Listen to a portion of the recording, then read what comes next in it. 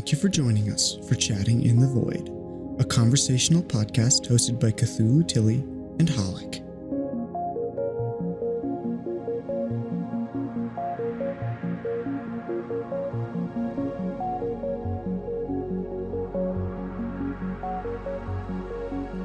Okay, so this is episode 4 of, what was it?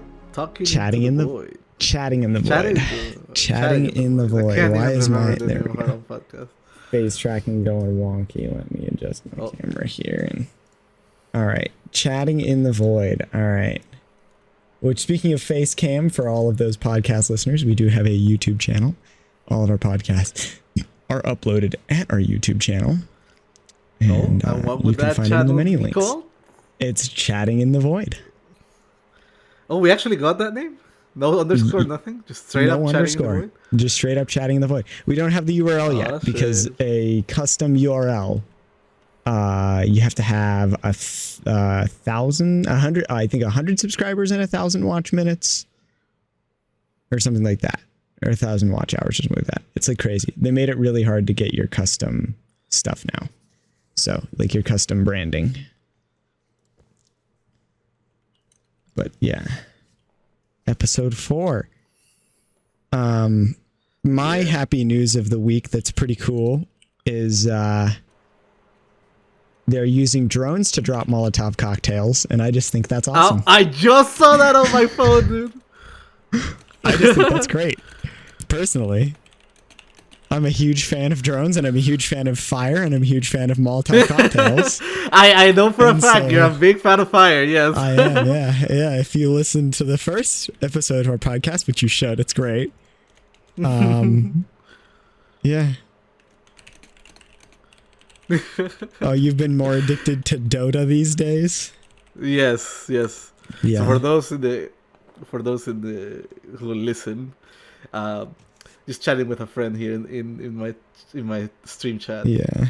I have been addicted to Dota 2. Let me pop up Steam and tell you exactly how many hours I've played in the past 2 weeks.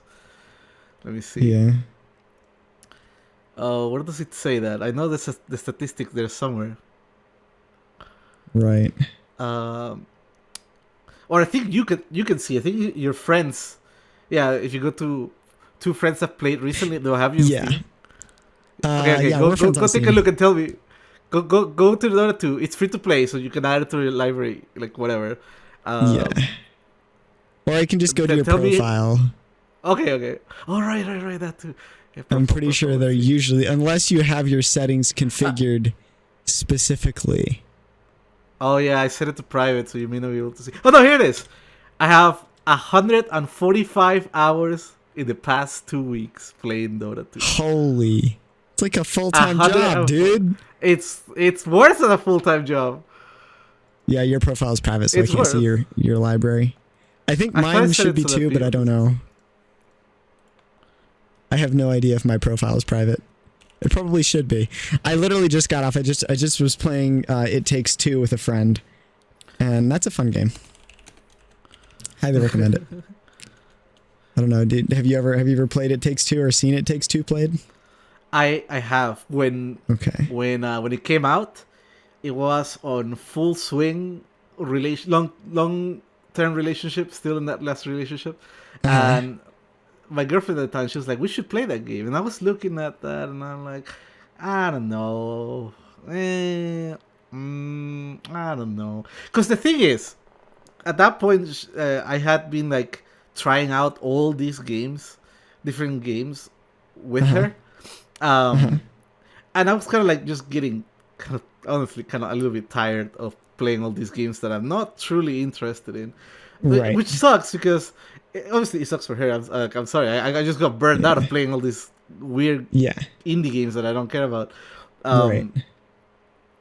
But looking back at it, I probably should have just stopped being a little bitch and just went ahead and played that game with her. Because it's I keep hearing just good things about it. Yeah, honestly, it's pretty fun. Like the person I'm playing with, we're just friends. There's no relationship romantically, and it's honestly just a fun game mechanically, and the movement in it is like really solid. So it feels good. You know how we talked about that when we talked about Warframe. It feels good to just like jump around. It has a double jump and a dash, and pretty much anything with a double jump and a dash that's done well just feels like neurons activate. Yeah, exactly. Yeah. So who did you play it with? I'm playing it with a girl that I met in college, and we're just friends. Okay. So. How did you beat it yet, though? We have not beat it yet. We only played 2 hours today, and we got to like the second wasp mini boss, which I don't know if that's fast or slow. We're kind of both. Well, I'm good at games, and she's pretty good at games, so we're kind of cruising. We haven't made a whole lot of mistakes, but there has been a little bit of minor trolling because it's a game where you can kill your partner on accident or on purpose. Oh, one of those. Easily. Yeah. I've seen a couple clips. Yeah, I think I know. Yeah. So for us, it's usually not accidents.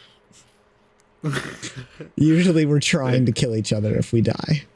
So yeah, excellent. That's how it should be. That's what the real game is about. Story, progression. Nah, man. Just make funny. You just kill your friends in funny ways.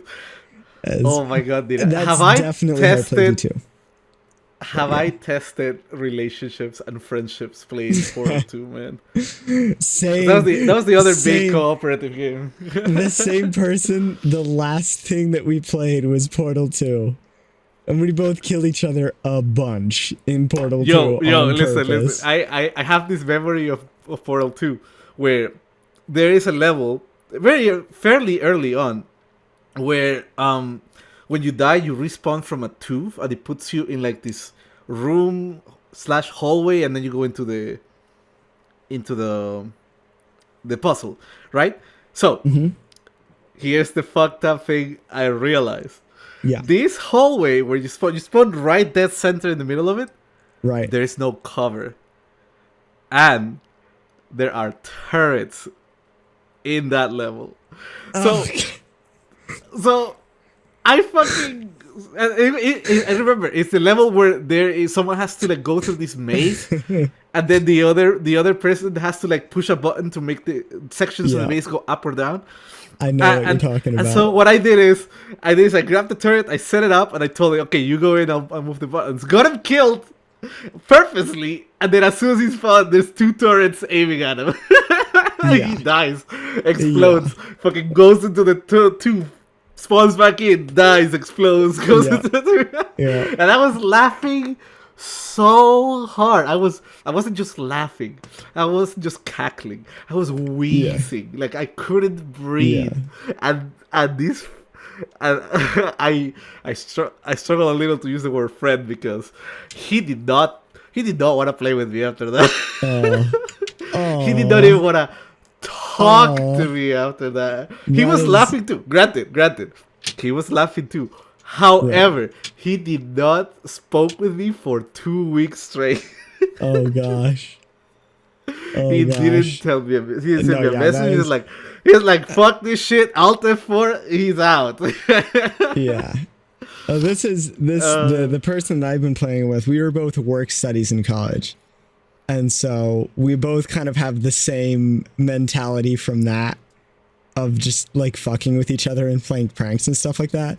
Because our job was crazy stressful for a work study job, and was super intense. So we just blew off steam. Could you drop our YouTube channel in the chat real quick?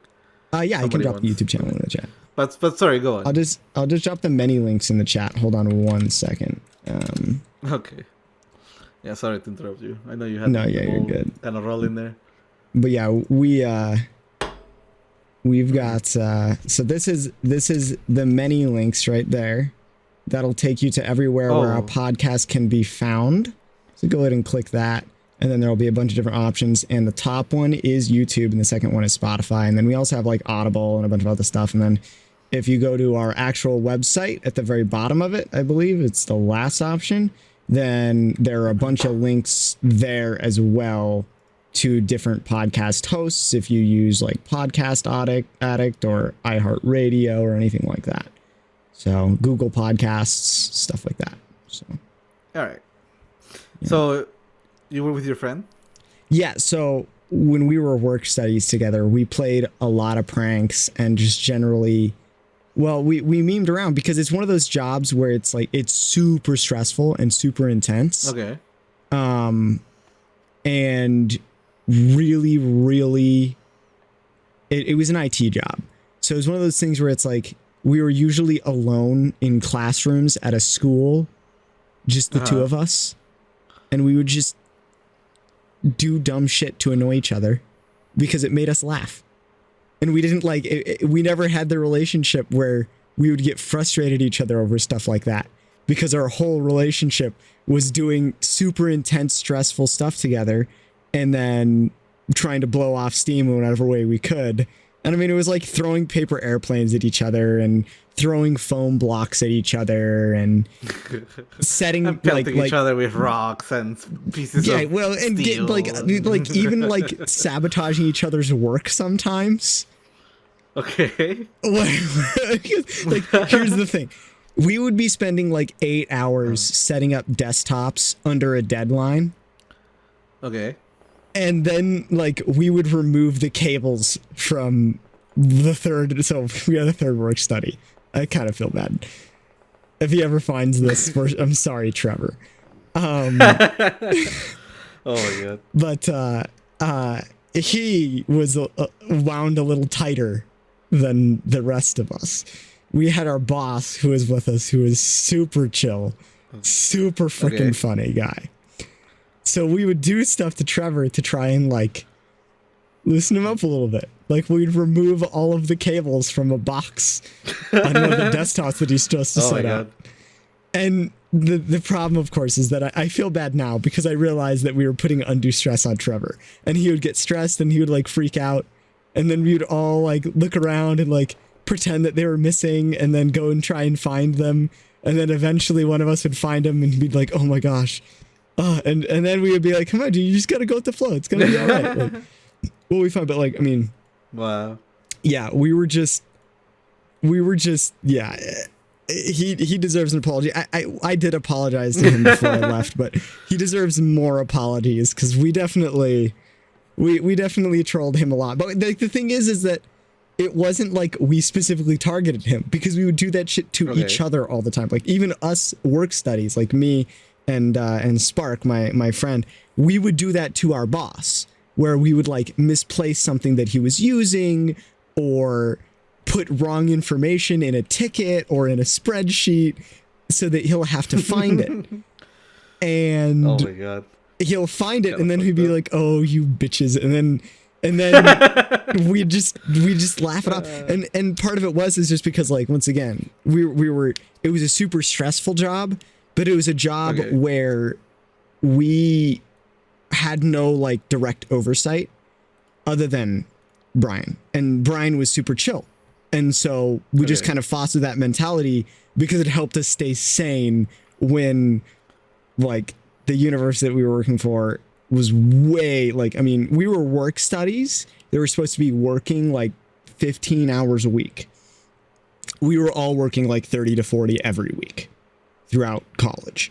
And so like stacking that on top of the fact that we were doing university work, it was super intense. And so, yeah, it was a good job. And we did a lot of things that like work studies probably shouldn't have done in the IT scheme of things.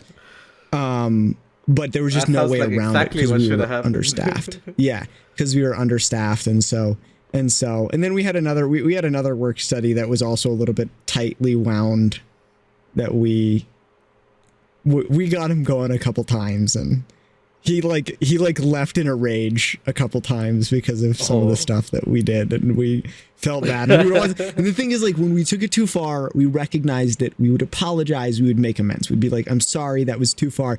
But I mean, like, this is the same people where, like, if we left our Google accounts signed in, we would, instead of like, we would go to each other's emails and change our background to like something hideously colored on like our Gmail. So the next time, and that syncs across all servers, right? So the next time you'd go to sign into your Gmail account, your background would just be atrocious. Or like one of them, had the bad habit. Trevor had the bad habit. This is one of the ones that we apologized for. He had the bad habit of leaving his Spotify account signed into on public computers. Oh. That all of us used. And so we would go in and we would just create atrocious playlists. Like mixing Disney with screamo metal and like stuff like that, where it's like weird music genres. And then we would also have you ever seen have you ever seen Forsen's stream? I have not. No. You know Forsen? Okay, never mind. Continue. I'll talk about it. Okay. Anyways, so the other thing that we did is at one point we created a playlist of just like the girliest music we could think of, all of us. Like 4 people in a room just coming up with the most effeminate songs we could. And then we put that to play on loop offline over a weekend. Oh, to mess with this like statistics. Yeah. So then we came in on Monday and synced it. And then every night after he left, we would play that playlist until the next morning. For an entire week. So it's like 9 full days of this playlist. Yeah. And he loved his Discover Weekly and he talked about it all the time. And so he came in the next Monday livid, like, what is going on? And we were like, what's wrong? And he's like, I have been curating my recommended for a long time. He's one of those guys who like, he was obsessed with like algorithms. He's like that kind of techie guy, programmer guy. So he was like manipulating the algorithm to give him specific results in his Discover Weekly. And his Discover Weekly got completely trashed that week. And he was like so angry. He was like, I must have done something wrong. And he was so mad. At us because my Discover Weekly this week is just awful. And it's all this really, really feminine music. It's all terrible. And he's like, he was like a jock guy, by the way, who like had switched to IT. Oh my God. And all of us were like, so then he went out to go do a task and all of us got together and we were like, we need to tell him. We have to tell him. He's blaming himself and we need to tell him what is going on because this is a problem. And so we did, and we sat down and we apologized to him and he was like, and he was surprisingly like, he was like, I'm mad, but it's fine because that's actually kind of a good prank. And we were like, we're really sorry. It's harmless. We're really sorry. Yeah. We hope that the algorithm will forget about this. So we deleted the playlist and he didn't leave himself signed into his Spotify account again for a long time on those computers. Cause he was like, he was the other one is like, we appreciated him and he knew it. Like he knew that we appreciated his music because he also DJ'd for us when we were in the office. Anytime we were all together, we were the ones that were like play music for us. And not just because we wanted to mess with his Spotify, but also because we liked his taste in music. And we kept on like encouraging him in that and being like, no, like seriously, like we like what you play in here. We would tell you if we didn't like what you play in here. So that's fucking hilarious. Oh my God. Yeah. We had a good time at that job, but it was crazy. It was like, I mean, so basically we got hired as work studies, and when we first got hired as work studies, we were supposed to work like 15 to 20 hours. And then our big boss... That's the biggest lie. That's the biggest fucking lie. Well, and most work studies do, because most work studies have like menial labor jobs or like their bookkeeping jobs where it's like anybody can kind of do it and they're just supposed to pick up a little bit of slack. But what ended up happening is my first couple of months there, there were 7 work studies when I started working there. And when I first started working there, I had transferred from another department. I transferred from the library because I wanted to get it more into the IT spectrum of things. So I transferred work study positions from the library where I was only working 15 to 20 hours a week. into this IT work study position. And then the first thing that we did is they hired 3 of us specifically to do an inventory project where we were supposed to go around the entire school and inventory all of the devices. So that means tablets that are owned by the college, desktops, laptops, printers, everything. Just everything that is an electronic device that's networked, we are supposed to inventory and get serial numbers off of and everything like that. Which, I mean, we're talking a big campus. We ended up inventorying, well, I should say, I ended up inventorying about 3,500 computers myself. Oh, jakes. And I did 90% of it because in the first week, my 2 compatriots who had been hired on this project with me, one of them quit. One of them outright was like, I don't want to do this, and just quit the job. And one of them requested to be transferred to something else. So the big boss came to me and she was like, so we're going to extend the deadline a little bit because we know that you probably can't do it all by yourself in that deadline, but you're the only work study doing this. Do you need help? And I was like, I think I can do it myself. That's fine. So I just put in my earbuds and I would do that for 8 hours a day, 5 days a week. Jeez. Yeah. So I would work 40 hours. For the extra overtime? Yeah, I got paid. I got paid 40 hours a week. I got paid hourly. Okay, cool. At like $12 an hour back then because that was minimum wage. Yep. But yeah, so I kept on doing that, and I did that for like 3 months. So the first 3 months I was working 40 hours a week just doing inventory, doing this inventory project. And then the reason that the inventory project was being done is because we wanted to get the warranty status on all those devices. So I finally get that project done, and our boss comes to us, all the work studies. So we're all 6 or all 5 of the leftover work studies are in the loading bay, because that was like, we had like an office set up in a loading bay essentially, where we had all the computers come in and would image them and do stuff like that. And she was like, we have a problem. So the past couple of months, Tilly has been inventorying our entire inventory of computers that we could find. And we discovered in this process that 30% of our computers on campus, which was 1,200 devices, are out of warranty right now, and 30% of them are out of warranty in 3 months. And it has been requested by my boss that we get all of the computers that are out of warranty right now replaced before the next round, so that we can start replacing all of the computers that go out of warranty in 3 months, and we can start cycling through those. So that's 2,400 computers that had to be replaced in 6 months. And so we immediately started, and between the 5 of us work studies, Brian, who was literally hired on for this project, they literally hired a manager for the work studies to help us with this job. And immediately at the beginning of that, we all 5 work studies started working 30 to 40 hours a week, just imaging computers and installing them, imaging computers, installing them, imaging computers, installing them over and over and over and over again. And we just did that. And we did that for 6 months, where it was just 8-hour days of doing that. And we replaced, 66% of the computers across 3 college campuses in 3 different cities, just the 6 of us.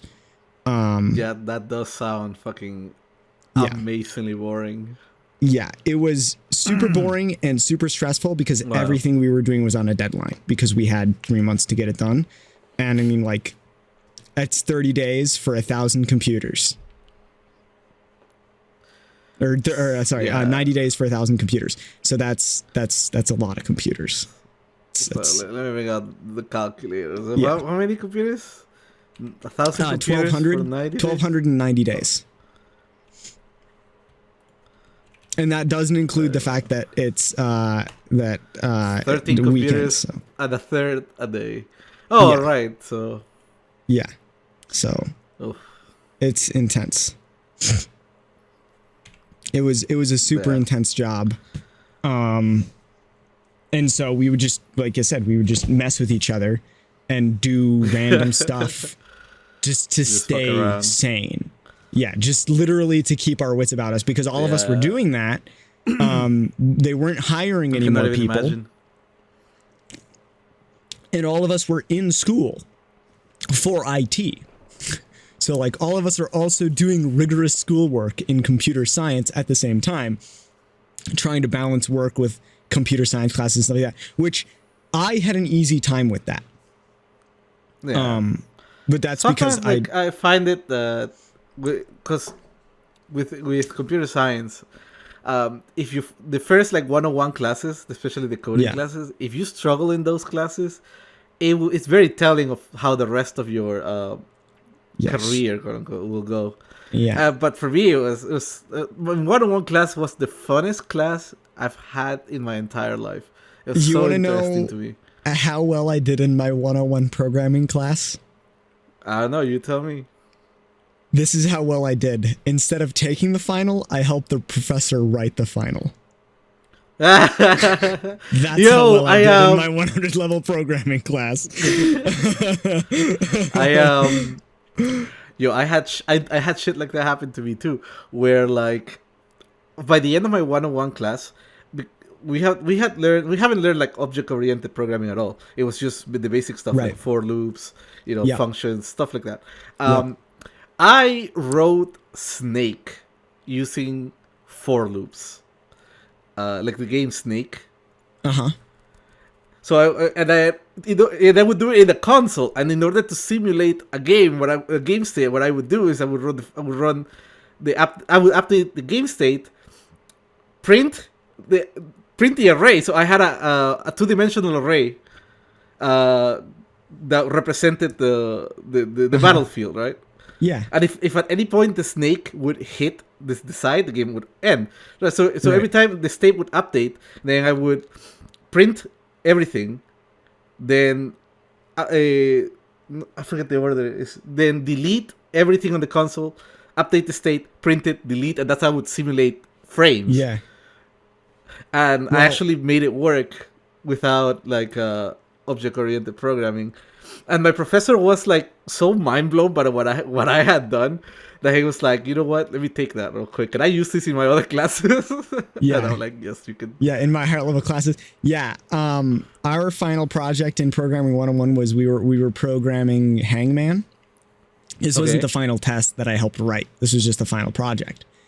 And I was done with the final project like literally 2 months before it was due. And so instead of turning it in, because the assignment wasn't even open yet, I was just adding extra stuff. So by the time it got around into like time to turn the assignment in, I had sound effects and music and like elevator music playing in the background and like blood spurts if you lost. That's hilarious. And like fireworks if you won. All right. Yeah, and so like I had added all of the bells and whistles, and I turned it in, and my professor he came to me because I turned it in like 2 weeks early, and he came to me and he was like, "You way overdid this project," and I was like, "I've been working on it for 2 weeks. Just the after stuff, like I was done with it a month ago," and he was like, "You know what? Can you help me write the final instead?" Because like I know you're gonna get a 100. It doesn't even matter. Like you were way too advanced for this class already. And so yeah, he was super chill. He was the guy, honestly. Like so that was my first year at college. I took the programming 100 class my first year at college, my second semester. And that was right before I had some life stuff happen, and I like failed an entire semester's worth of classes. And I had some rough moments in there, and low key, that professor, I owe my graduation to him. Like he is the one who kept me in college. If it had not been for him teaching the network security stuff, I probably would have dropped out and just gotten a trade job, like become a fucking electrician or something like that. That's kind of like what happened to me. So I had community college for obviously I did my first 2 years. I have an associate's in computer science, and there was it really comes down to just the professor, man. The professor really is what makes or breaks the class. 100%. Anybody who's been in college understands this.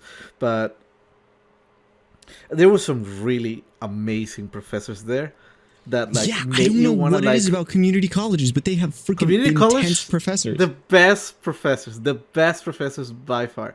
But also at the same time, they have the worst professors. There's like no in between.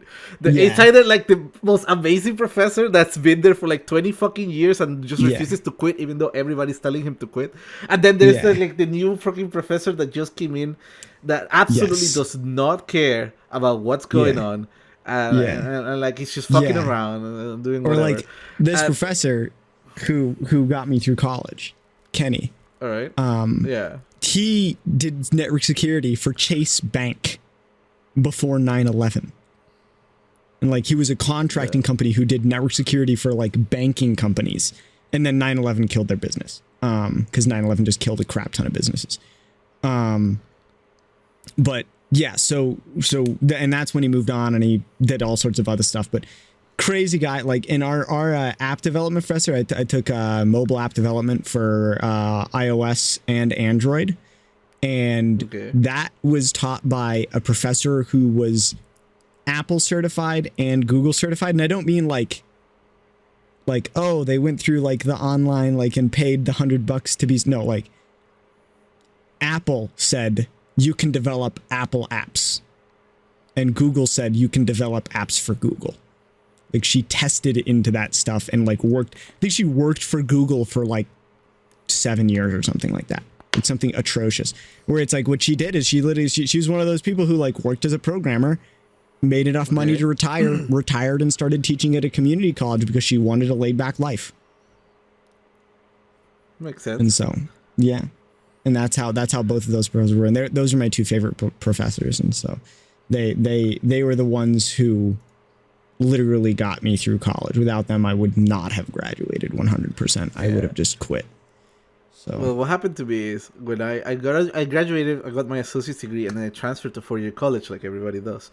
Right. I went to the 4-year college, and oh my God, they treated me like shit there because I transferred.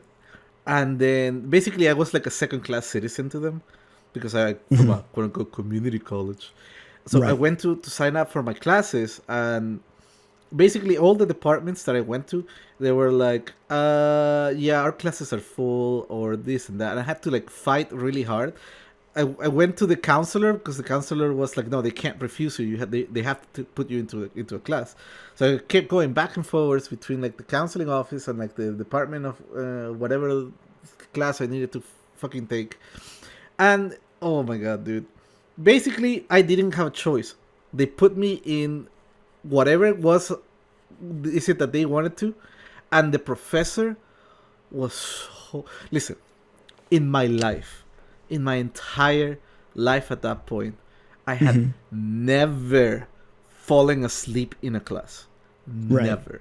No matter how boring, no matter how much of nothing was going on. But there was just something about this professor that I had for my for one of my programming classes that I would just fall asleep on the chair. He was just so boring and monotone, and when he was just sitting there dictating whatever every now and then, going to the board, just writing whatever, and like he's just straight up reading out of the book. Like, I don't understand how anybody could pay money for this shit, but whatever, it's fine. Like, it just usually means it's an easy class. I just do the homework, pass. Right? Wrong, cause he announces the homework, and I go, okay, finally something to do. So while he's doing his bullshit in just dictating out of the book, I'm doing the homework, and he posts the homework online, and then I turn it in. And then fast forward a week, the professor's like, all right, and this is how you need to do your homework. You specifically have to use this type of function calls and whatever, and pass by whatever. And I'm like, I already turned in. Like, after class, I'm like, Professor, I already turned in. You didn't teach us this. And his answer to me was like, well, I'm going to have to deduct points because you didn't do it the way that you were supposed to. And I'm like, how am I supposed to know? You you made it available for submitting right away, and I submitted when I finished the next day. And then he was like, yeah, but you should have read ahead. Good college students are always reading ahead in their books. And I'm like, are you fucking kidding me? When he said that shit to me, I left. Yeah, I just fucking left. That is one of my least favorite things in college is when you have a professor like that. I have had friends who went to 4-year universities who had professors who were like that. Also, like I had friends who were at programming or in programming classes at 4-year universities where they had like written exams where they had to write out functions, and if they got like variable names wrong, like, no, you're not supposed to name that variable that, you have to name it this. It's like a variable doesn't have to be named anything. A variable names whatever makes sense to whoever's programming it. Yeah. That's the whole point. But yeah, no, I don't, that was part of the reason why I never went to a 4-year. And then the other part of the reason why I decided not to go to a 4-year is I didn't have the money. So I just, that's the other thing. Got my associates and started working. Yeah, no, I have my associates too, and then I was like, oh, I'm gonna try this whole 4-year thing because my brother did it, and right. I'm gonna see what's going on. I literally went to the same college he was going. I applied to the same college, and I go in and I'm faced with that fucking bullshit. Like out of my 6 classes, I can't remember how many. All of them but one had basically a professor that did not give a flying fuck about the class. Yeah. So, and I was sitting here going from like fucking 9 a.m. to 5 p.m. every whatever days it was, 3-4 days a week. And I'm just sitting in the class with my fucking hands on my face trying not to fall asleep. Yeah. And I was so miserable, man. I was so miserable. And by the time I got to the class where the professor was actually interesting and it was fun and I was trying to be engaged, I was just so beaten down. I couldn't do it. Yeah. I couldn't do it. I halfway through the semester, I was like, I'm out. I never turned back. I was like, I don't care about my GPA. Fuck this shit. I'm out. Yeah. I started working at a bank. Yeah. 100%. Oh my god. Like, I see. Here's the thing. It's like I wouldn't have quit because in my community college, I did have professors like that. Every now and then, not as many as in the 4-year college, but in community college, at least I had a scholarship. And all I had to do was keep a GPA above 3.3 or 4. I can't remember exactly what it was. And then in the community college, it's like, oh, your GPA has to be higher. You don't qualify anymore. In the 4-year college. I'm like, okay, I guess I'll pay out of pocket. And I paid for that semester out of pocket. And then I'm sitting there paying literally thousands of dollars for this horrible experience. And I was just like, no, I can't do this, man. No way. Yeah. I'm not going to kill myself and put like a million effort and then try to do the homework, try to get A's or B's or whatever. And then, like, and on top of that, I have to pay this fucking institution like fucking $5,000 a semester. Like, no, or more sometimes. Like, I can't do it. I couldn't do it, and then it was like, I'm out, and I have not looked back ever since. Yeah.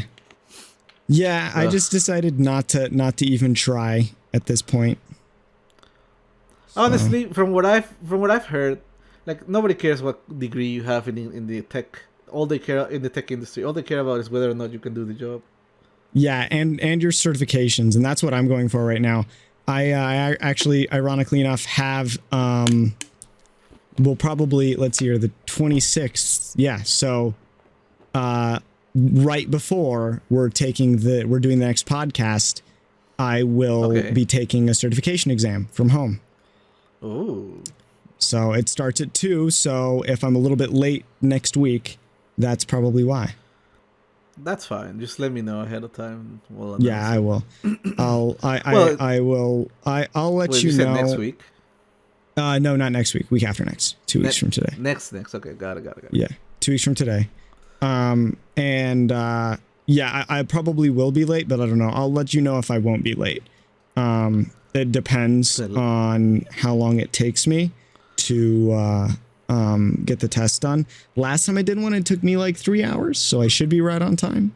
But it might not. It might take me longer because this is a harder test. So, so what kind of test is it though? What did you certify for? It's for Network Plus. It's the first part of Network Plus. So yeah, CompTIA.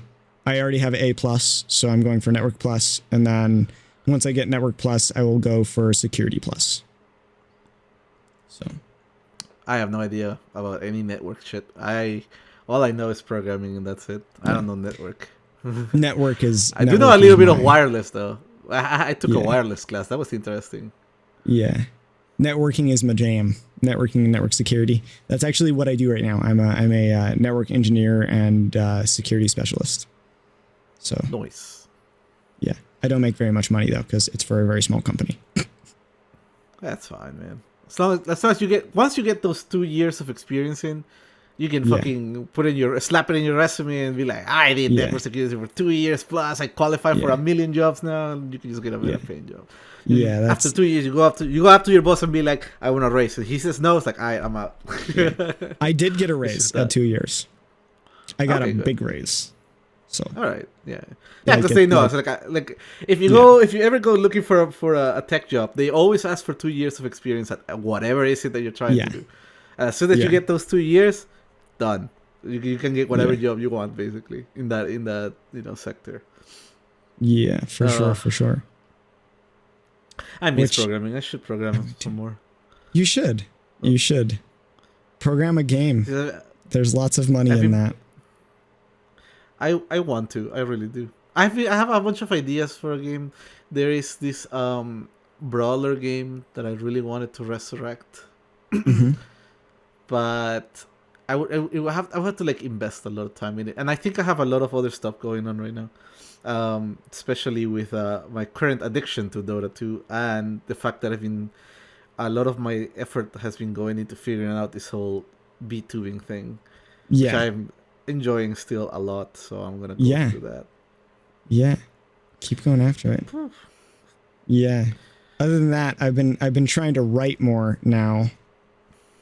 I've been bad about that the past couple of months, but wait, I have a novel. You mean like software writing or actual creative writing? Okay. Creative writing. I have a novel that I'm 25,000 words into.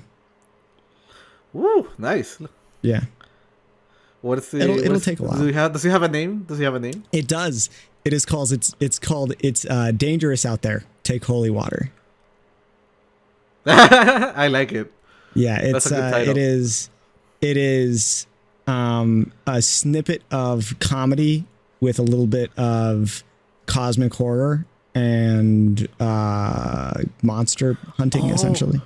You just reminded me of did you see these dating game that came on Steam the other day? Sucker for Love?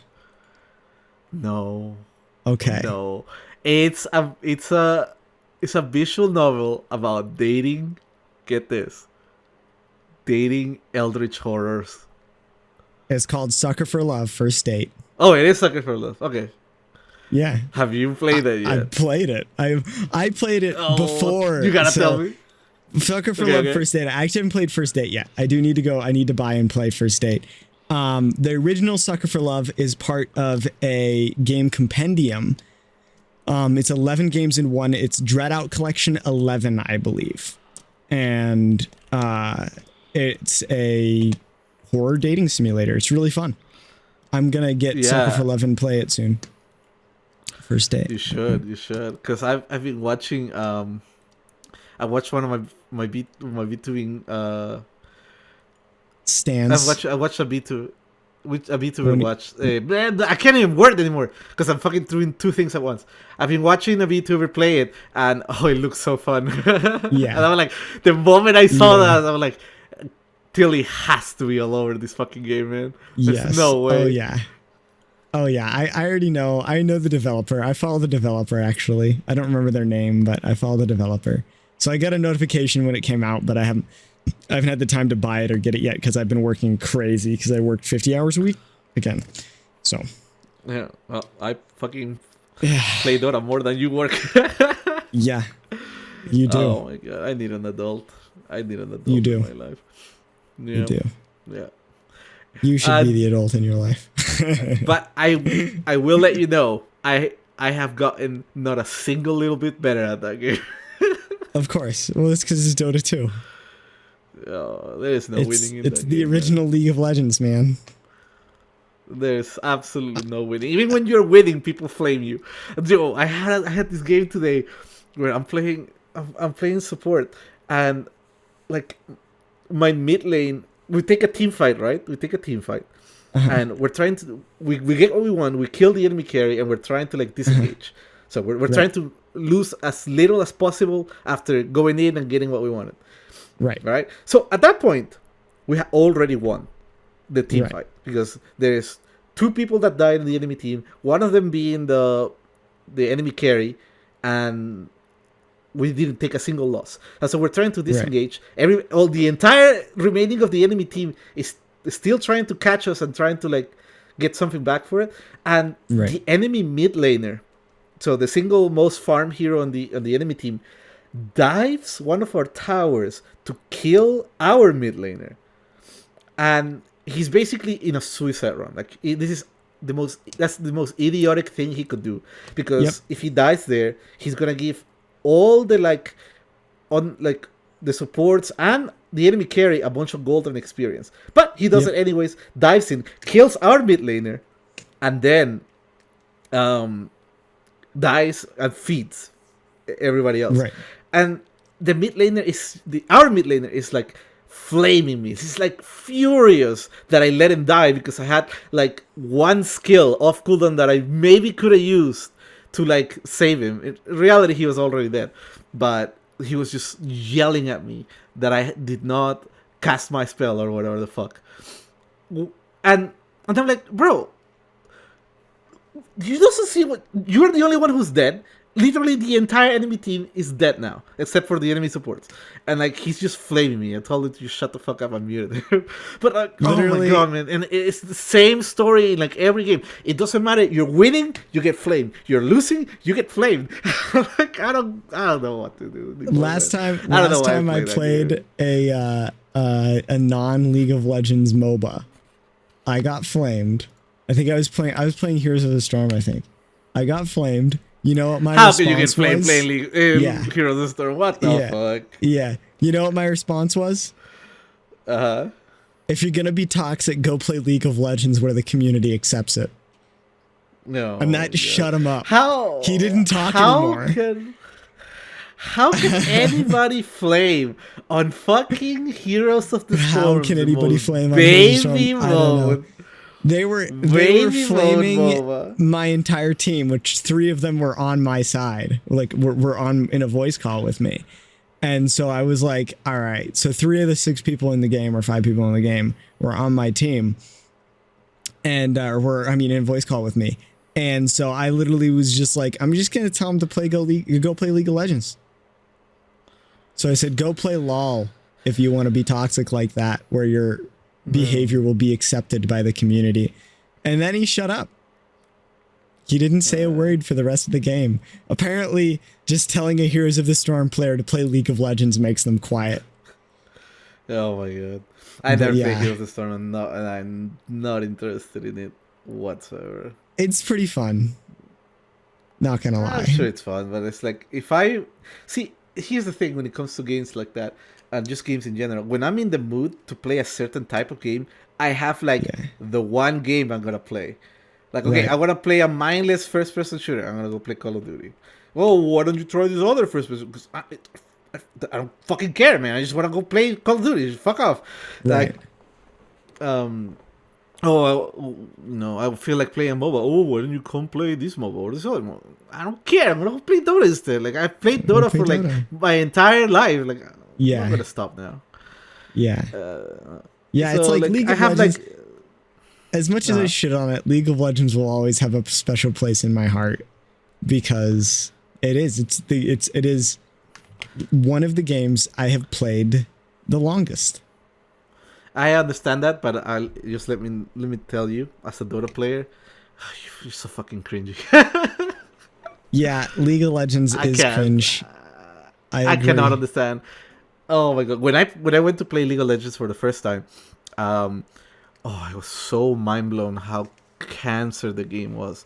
Not in the terms of like people being obnoxious or anything like that, because by default I just muted everybody. But I went in to play, and I'm like, all right, cool. I'm trying to try this League of Legends thing. Sure, why not? Big mistake. I go into a game, and I realize that I can't pick the hero I wanted to play. Right. Not because it was banned, not because the enemy team picked it, not because our team picked it, but because the game's like, no, you can't play that hero. You have to play one of these 10 heroes that we give you. I'm like, okay, but what if I want to play this other hero? Like, you gotta pay $20 right now. I'm like, no. Yeah. I'll pick Ashe. So I pick Ashe because it looks like the most one-on-one hero to like Drow Ranger in Dota 2. Yeah. And I absolutely stomped the game. I went like something ridiculous, like 25-2. Yeah. And I feel bad because clearly the other people that I'm playing with, they're complete and total. And this was way back when the first matches weren't against bots; they were straight up against other players that were also new. So I felt bad. I was just stomping this game, like I'm like, basically ruining the experience for these other new people. But I'm like, fuck it, whatever. Right. Yeah. And here's what like really triggered me the most. What the straw that broke the camel's back for me wasn't the fact that the heroes I wanted to play were locked behind a paywall, or the fact that the game at the time didn't let me move the camera freely. It was stuck at the center of my hero, and there was no setting to change that. Like in Dota, it was like the camera was just at my hero 24/7. Nothing I could do about it. Yeah. What broke me was that after the game is like, oh, by the way, here's the runes. Put points in your runes. And I'm like, what the fuck are runes? And they were like, and what it was, for those who don't know, there's a passive tree that gives you stats on your hero. Yep. That it's outside of the game, basically. Like, it's like a passive tree that it buffs your hero. So, and the only way to get it is like playing the game. You gotta play the game and you get more runes. And I'm sitting there completely mind blown. And because that means that God, they changed that. I know they changed it. Yeah, I know they changed it, but it was way too late. Yeah. I'm talking about what I agree. I'm talking about this back in 2013. I tried this. Yep, that's probably about when I started too. And I'm like, I'm so mind blown at this one. You're meaning to tell me that I am at disadvantage against other people just because these other people spent more time playing the game than I did, right off the bat. So other people can play whatever hero they want to fucking pick, and have a million other fucking stat bonuses that I don't have. Yep. And the only way for me to get these stats is either to fucking grind like a million hours on this stupid game, or pay money. Yep. I'm like, no. Fuck that. Fuck that shit. I turned back. I uninstalled League of Legends, and they never looked back until 2022 when my friend was like, we should play League of Legends. I'm like, fine, fuck it. Yeah. So that's what turned me down. Yeah. The irony is that I experienced a problem when I first played Dota 2 as well, which is Dota 2, going from League of Legends, a fairly young League of Legends players, and I'd probably played like 2 or 3 months, to Dota 2. Dota 2 is overwhelming. It is. There are too many choices, and I don't know what to choose. And then I get into a game, and somebody there's like a million more mechanics that you don't even know. Yeah, there's like a million mechanics that I don't know and understand. And like, I don't know what it was. The game was like auto-buying shit for me. Okay. So like, I wasn't able to go through my own build tree that I wanted. That's weird. Maybe yeah, I don't know. Feature. I don't know if that was a thing, or maybe I'm just going crazy. I don't know. Anyways, I think it might be like a starting thing where like at the start the game buys items for you.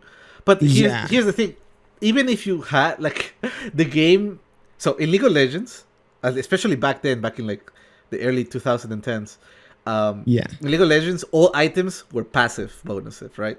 But in Dota 2.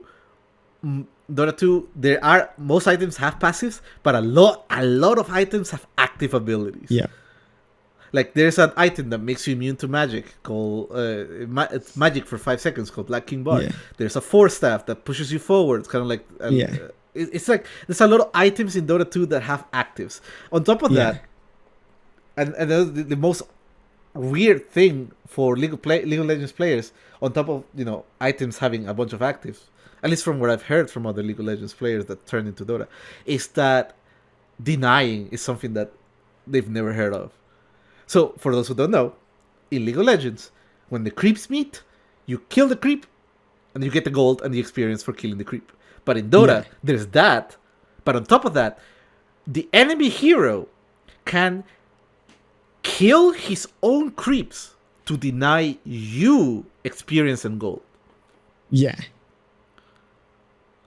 And that's like mind-blowing to League of Legends players for some fucking reason. But you can do it in now Dota. It is. For a short period of time, there were items that allowed you to creep deny. But League of Legends, Riot decided that they were too unbalanced. Meanwhile, Dota 2 is like, if you want to deny level 1, go ahead. Be fucking better than your opponent. Stomp him in lane. Yeah. We don't care. Just go for it. Yeah. Like overpowered. Yeah. Nah, man. Yeah. There is a hero in Dota 2. There's 2 heroes now. There's heroes in Dota 2 where you can sit where the creeps spawn and you can deny the creep where it spawns. So like in League of Legends, the creep wave is big, right? You guys have like 10 fucking creeps every spawn. But in Dota, there's 4 creeps. There's 6 or 3 7 melee creeps. Yeah. No, but in Dota, there's 4. There's 3 melee creeps. And then 1 range creep. And the range creep is worth almost double the experience and gold than a melee creep. So there's a hero that lets you deny where the range creep where it spawns, and then you basically take away almost a third of the entire golden experience that's going down that lane for the enemy. And Valve is like, we don't care. That's how the game is. Yeah. Yep, makes sense to me. And I think, I can understand why Riot would consider that super unbalanced and also unfair, because like if only a couple of champions can do that, not all of them, then it's like immediately right off the bat, you are at a disadvantage simply because you chose a different hero. But here's the thing. It is balanced because the hero that does that, by denying the creeps, he summons 3 other creeps. But his other 2 abilities are horrible at the laning stage. Like they are not good abilities to use early on. So you can do that, but basically if you're doing it as a support, your offlaner has to be super tanky and almost in order to almost 1v2 the enemy lane. Right. So see, the thing is, Dota is such a complex and dynamic game that like the rules and like meta and all this shit, that shit can go all out the window. It doesn't matter. What matters at the end of the day is how you play and how your team plays. So like, I should play Dota sometime. who is it? You should. I'll play with me. Okay. I'll make a Smurf account. We'll stomp some games. Sounds good to me.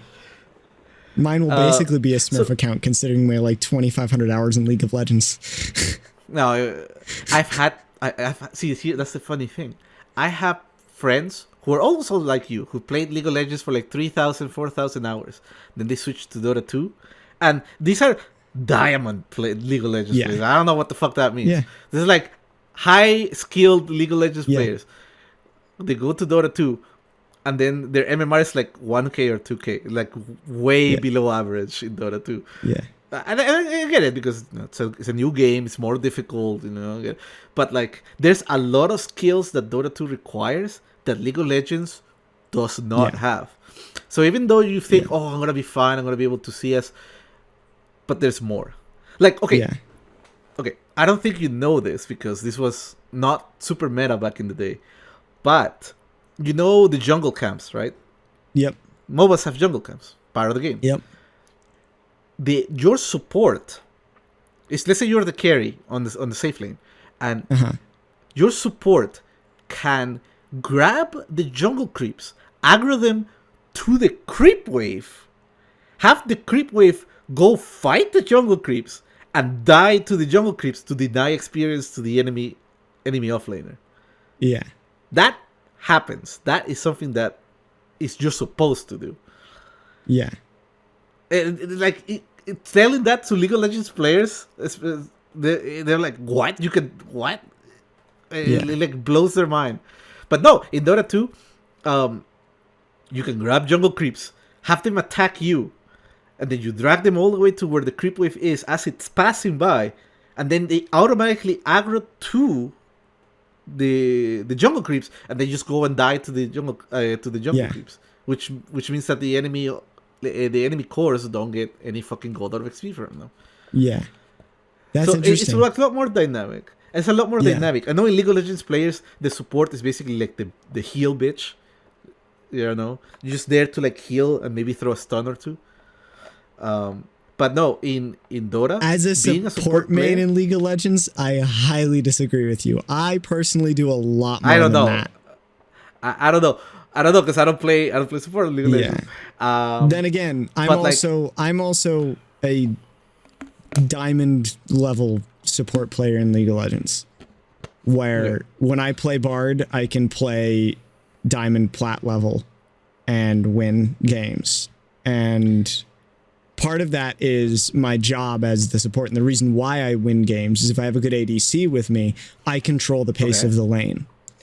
And I determine when to engage and when to disengage and stuff like that with my abilities. Yeah, but see, the thing in League of Legends is that a lot of the lane has to do with how your heroes interact with the enemy heroes. But in Dota, it's not just that. Yeah, but there's a lot more. It's not just that and lane equilibrium, which they share with League of Legends and Dota do both that. But there is the jungle creeps denying waves, like I told you. There's stacking. There's stacking in so every 60 seconds at the turn of the minute, the jungle creeps respawn. Right. In the little camp, right? Yep. In Dota 2, what you can do as a support player, let's say that your carry is having a good lane and he basically doesn't need you, right? Yeah. He basically doesn't need you. He won his lane, he killed the offlaner, he's doing great, he's like a level or two ahead of the offlaner. He's under no threat of dying even in a 1v2 situation. So as a support player, what you're supposed to do is just leave. Yep. So that in League of Legends, you're supposed to do that too. Yeah. But when you leave, as in League of Legends, I presume what you do is go and like, I don't know, gank another lane or something like that, or take a tower. Depends on what you want to do. There's, I know it's just crazy like that. But in Dota 2, there's also an extra thing which you can do. If you fight the jungle camp, and you run away, the jungle camp will pursue you a long distance. They will fucking go at you like they're on a mission. So what you can do is you hit the creep camp usually 5 seconds before the turn of the minute.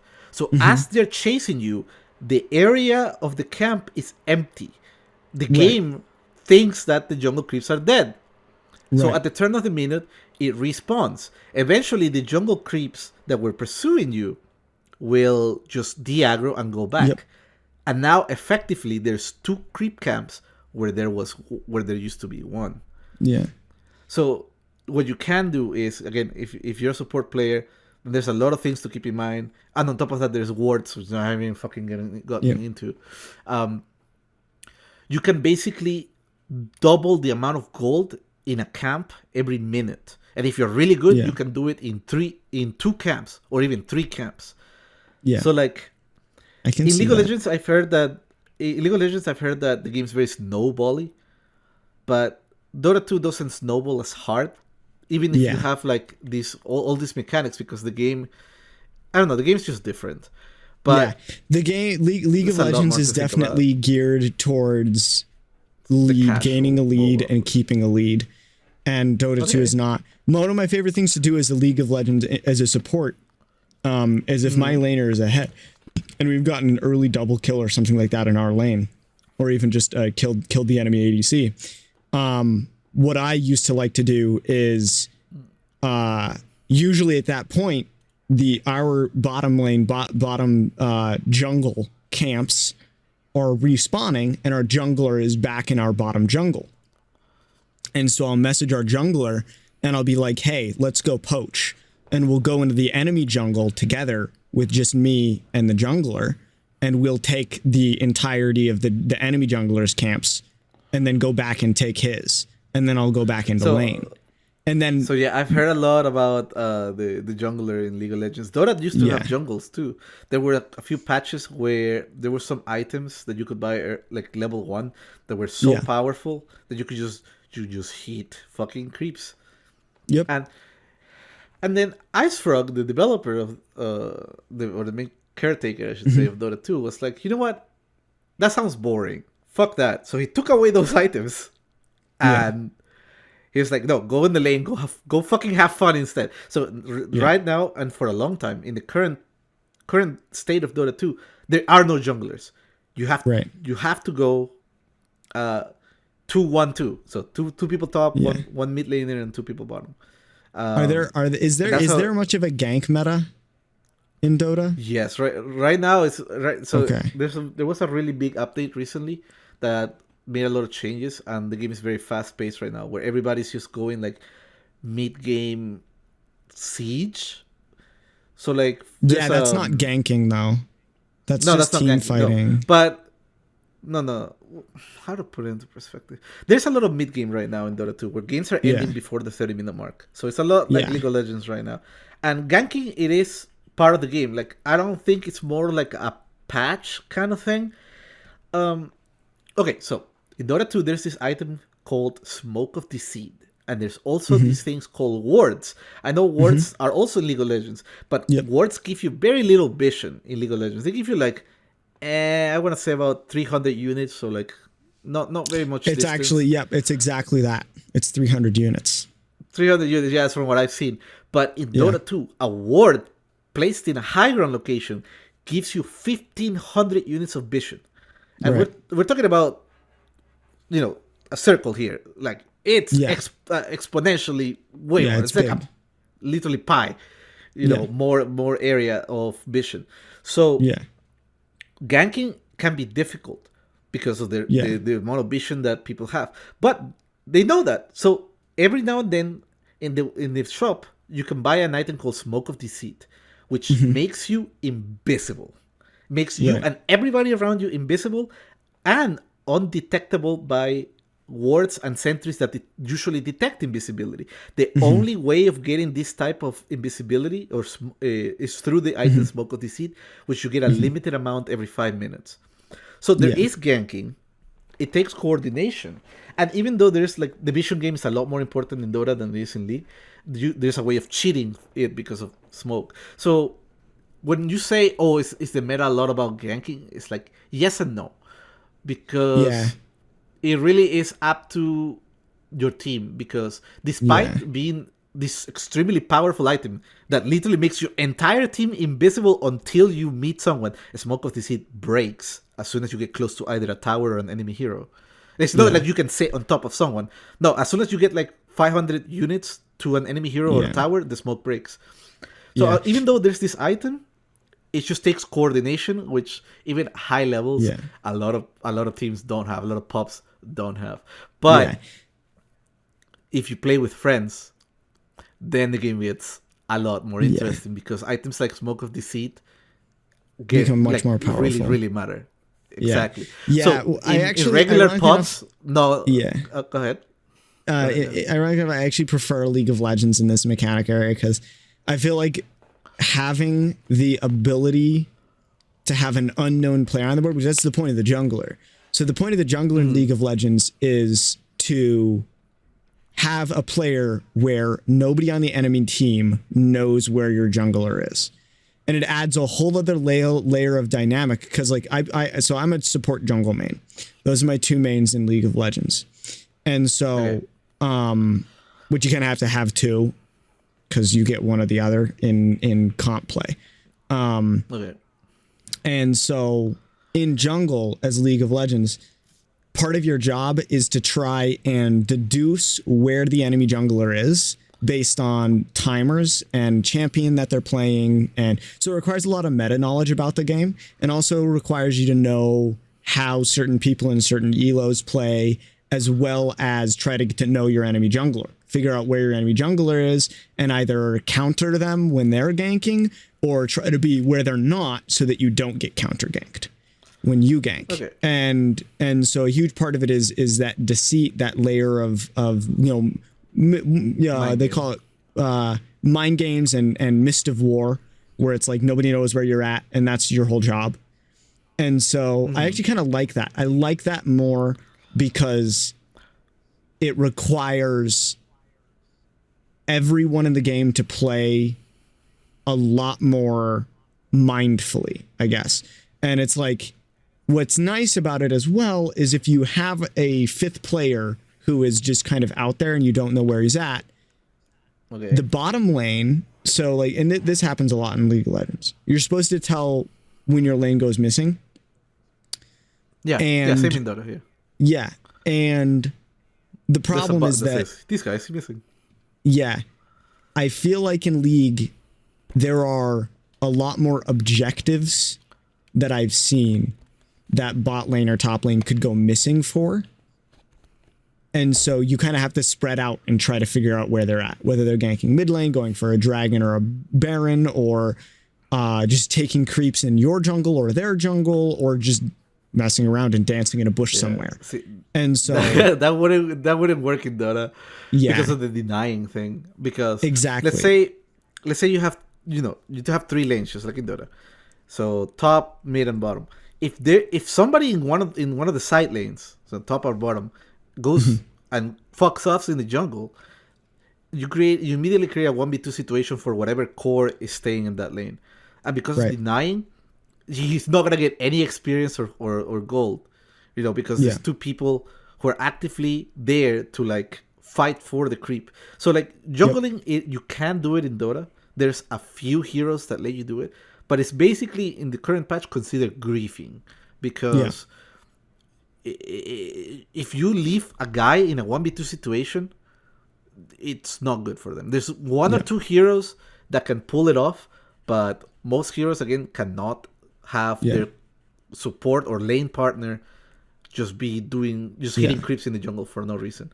Again, well, in League of Legends, if you're bot lane, leaving your other player there, whether you're a support or a ADC, at beginning of game is also considered griefing, where if you're not there to support, but usually my goal in every game that I play, and part of the reason that I do so well is I play champions in League of Legends that can specifically facilitate this.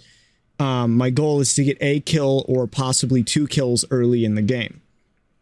And that allows me that leverage, particularly with my main, which is Bard, who has an ability that allows him to travel through walls, through terrain. Yeah, so you get that early advantage, and once you establish that advantage, then you can leave. Yeah, I got you. Then I roam and I go help other lanes for a bit, and then I come back. And I try to keep that going throughout the whole game. That way I am spreading that assistance out through the entire team. And in addition to that, very few other supports roam like that in League of Legends. Usually they just stick buddy right with their ADC. And so that's why I like playing with good ADCs too, is because if I'm not playing with an ADC who can handle themselves, that doesn't work. And I've had moments like that. But there's the other thing that I've heard a lot about Dota compared to League, where like there's some heroes in Dota 2 that when described to League of Legends players, they like it's like mind blowing as to why these heroes even exist to begin with. Yeah. Like, for example, in Dota 2, there is a hero called Nature's Prophet who has an ability, not his ult, it's just an ability, lets him teleport anywhere in the map. Do you want to teleport to the enemy fountain and die immediately? You can do that. You want to teleport to mid lane, whatever. You can point and click anywhere on the map, and you can pop into existence there after a little bit of a charge time. And like, oh my god, dude, it's just I just feel like League of Legends has such strict rules and like meta, like it has such a strict meta and a way of playing that like if you deviate from it whatsoever, you're griefing. But in Dota 2, because there's so many different mechanics and the many different things at play, denying, stacking, dragging waves. Okay, listen, I'm not even gonna get in. Wards, smoke of deceit, all this other shit. Like a lot because of that, because this meta is a lot more loose in Dota than in League. These heroes with like seemingly broken abilities can exist. Like earlier when I was telling you, there's a hero that can literally just deny an entire, like a third of the XP that the enemy core is getting. He can do that. It doesn't change anything. The game still goes on, and that hero still exists, and it's not nerfed. That hero's kit actually has not changed in over a decade. Right. Like when I remember in Dota 1, he still has the exact same skill set as he does in Dota 2 now, after 20 years. And the hero's just chilling. Yeah. Because in Dota, there are so many more things going like that too. Like what? Tell me, give me an example. Okay, I think the longest standing champion right now in League of Legends. I thought you meant like a crazy ability that makes. No. Okay, like a crazy ability. There are a couple. Okay. For example, there is a champion that can become invisible to players and to wards and towers. I believe towers, maybe not towers, but to wards and players by pressing a button, by using one of his abilities on a piece of terrain. The entire area around that piece of terrain becomes an area that he can just be invisible in. And that includes, by the way, the outside wall. Okay. So literally the entire length of the lane he can be invisible in. All right. There's a hero in Dota 2 that has an ability to be permanently invisible wherever he Yes, there is. Evelyn has that. Although League of Legends has separated now invisibility into two groups. There is invisibility and there is camouflage. So there is a champion that camouflages after 2 seconds of not being spotted by a tower or an enemy. And you have to be within 300 units of her to see her. So sounds like Phantom Assassin, Yeah, we have something like that too. And then it's just a lot of heroes, especially the early heroes of League of Legends are copies of Dota heroes. Although Evelyn was much later. Evelyn was much later. Okay. Twisted Fate sounds like he had a copy of that teleportation ability, and it used to be just one of his abilities. It got nerfed, and now it's his ult. I think a huge part of the reason why League is the way it is, though, is kind of what we were talking about a couple of episodes ago with competitive play being a huge factor.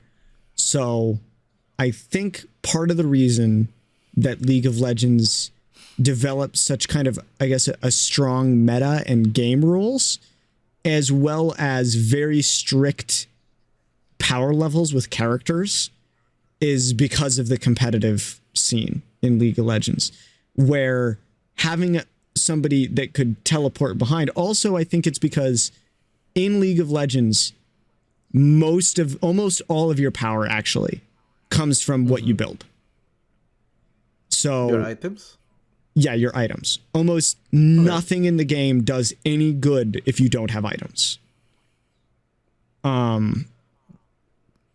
And so because of that, because building is such an important thing, it's like you can build attack damage on any champion, and you will do a lot of damage with your basic attack.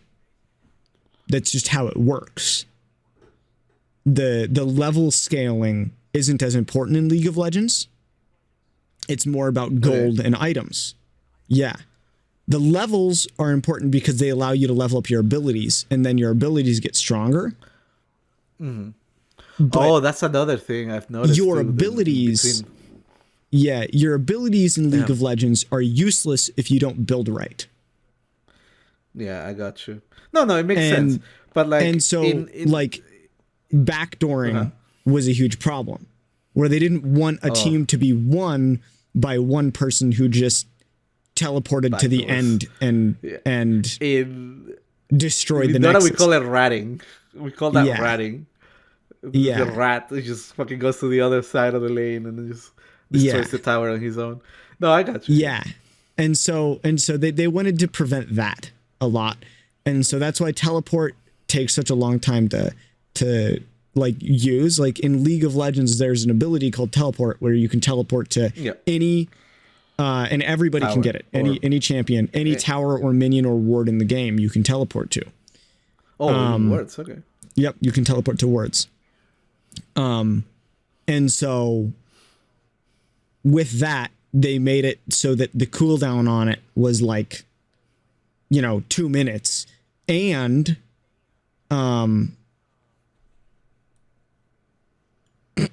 that's a great question, Paradane. I'll get to it in a second. And we'll get to it in a moment. It takes like 5 seconds for teleport to go through. So you're telegraphing your teleport, and it pings the map if it's in vision. So if you teleport somebody somewhere in vision in League of Legends where the enemy team has vision of you, it'll ping on the map where you're teleporting to.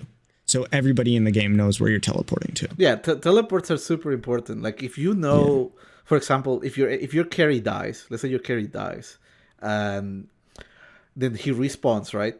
And then he teleports to a side lane, and then there's vision there. Like that boy is dead. That's like a big sign of like, let's go fucking kill that guy, because not only did he just respawn, but also he's teleported some cooldown, meaning that he's stuck on that side of the map. So that's when you can, as a support player, that's when you get a smoke of deceit, you get a ward, and you smoke with somebody else, usually the other support and maybe even the offlaner or the mid, and you go and kill that man.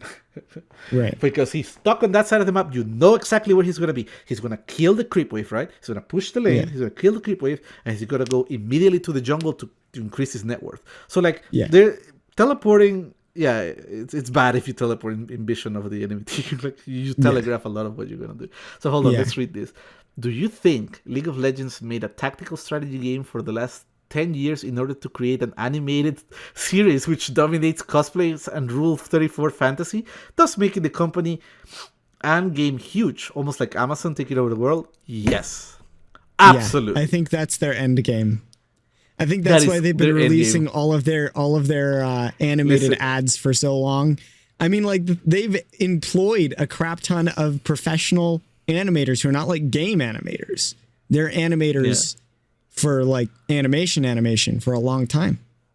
Most of their artists are also animators. Absolutely. I bet you right now that they're realizing that they can make even more money from all these other like I don't want to say third party, but like, other hustles than from fucking selling a skin merch for $20 to some idiot. Yeah.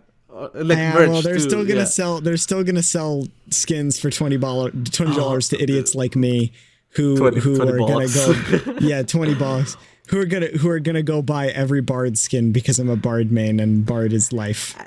And you know why I know this is true? It's because Arcane exists.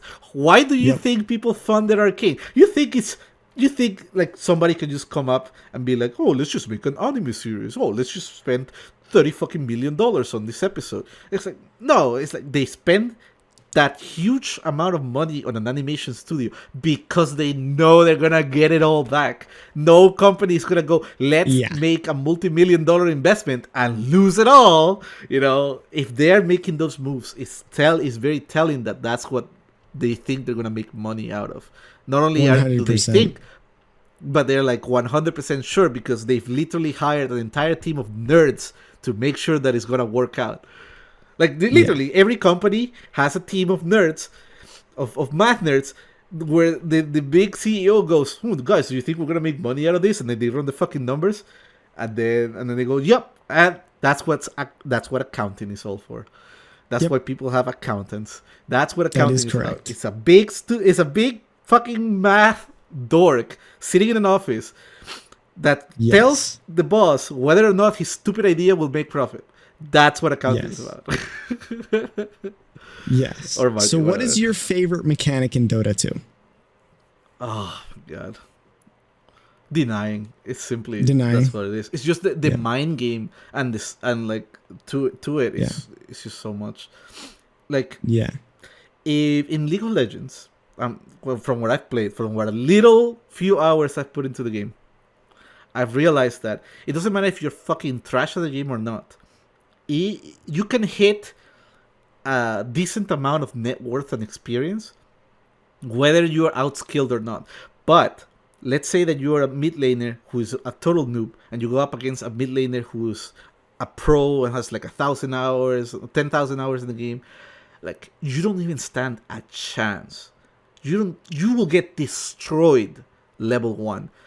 You will hit level 3 and the enemy mid laner will be like level 10 already. Like, when there's a large gap of skill between players in League of Legends compared to Dota, it doesn't snowball from that as much as it should in League compared to Dota. Because again, in Dota, because of denying and because of pulling and because of all these other mechanics, if somebody grossly outskills you, you are going to have the worst time in your ever. Like, you're gonna get absolutely obliterated. But actually in League of Legends, it kind of. I know that League of Legends is kind of made to be snowballing. There are mechanics that let you like come back into the game, but like, how to put it? It's a matter of timing. I have to say. For example, what I'm trying to be less is like the early game, which is usually the first 10 minutes of the game. Like, when there's a large gap of skill between the cores, that is felt a lot more during those first 10 minutes than in League of Legends, in my opinion. I made $40 to prove this statement wrong. Okay. I played my main versus 2 bronze players when I was playing with diamond players. I never played comp really, so I don't know exactly what my elo was, but my friends were diamond and plat, and I was playing with them, and I was doing well, as in like I was at their skill level. And so 2 bronze players who I knew were bragging about how good they were at the game and how they didn't deserve to be in bronze. And I was like, oh, I love those people. I've seen how you play. You deserve to be in bronze. It's okay. You are with most of the players in League of Legends. You're a bronze player. That's fine. It's okay. And they're like, no. I deserve to be plat. And I'm like, fine. Okay. Here's the deal. I'll give you 5 minutes. Actually, I think it was 7. I'll give you 7 minutes on the map in League of Legends without me doing anything. I'm not even, I wasn't even, farming. I was just sitting in the Nexus for 7 minutes. Okay. I let them do whatever they wanted for 7 minutes. And then I was like, when 7 minutes is up, I'm going to enter the game and I'm going to win. And keep in mind, I was playing versus 2 people who were playing, I let them choose whatever champions they wanted. So I was playing against 2 carries. I was playing against a tank and an ADC. A tank support and an ADC. I was playing just a pure support, and I stomped their asses. I went like 20-0. Nice.